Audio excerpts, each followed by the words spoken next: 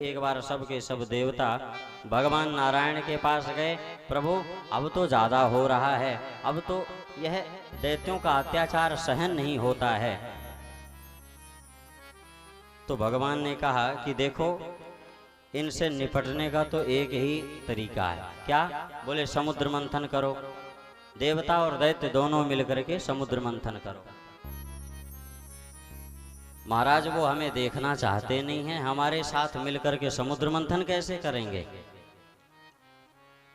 अरे बोले, समुद्र मंथन करने के लिए तुम उनके पास जाओ और मूषक अहिवत न्याय को अपनाओ। मूषक अहिवत न्याय का मतलब पता है? अहि मतलब होता है सर्प और मूस का मतलब चूहा, तो समझते ही होंगे सभी लोग। तो बोले मूषक अहिवत न्याय से समुद्र मंथन करो, उनसे मैत्री कर लो। मूषक अहिवत न्याय का मतलब होता है, एक बार की बात है, एक पिटारी के अंदर एक चूहा बंद था, उसी में सर्प को भी बंद कर दिया गया। अब सर्प ने कहा कि भैया, हमने सुना है, सर्प ने, ये जो मूषक अहिवत न्याय है ना, केवल इसी पर आधारित है। सर्प ने उस चूहे से कहा कि हमने सुना है तुम्हारे दांत बड़े तीखे होते हैं, बड़े पैने दांत होते हैं, कहते हैं लोहे को भी काटा जा सकता है। चूहे ने कहा हाँ हाँ ठीक सुना है।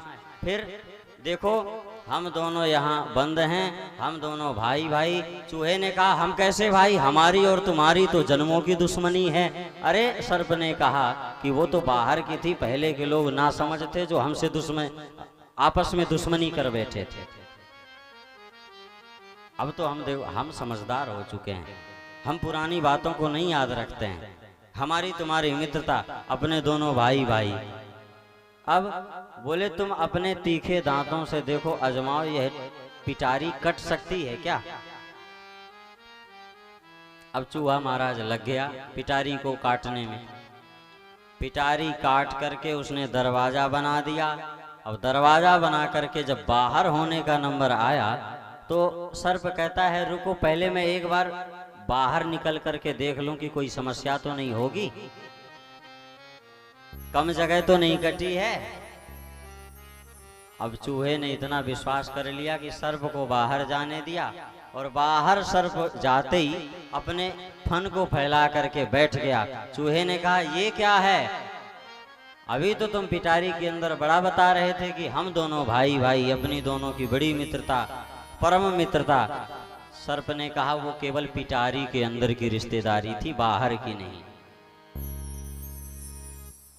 वो केवल पिटारी के अंदर की रिश्तेदारी थी, बाहर की नहीं। बाहर तो अपनी वही दुनिया है जो पहले थी।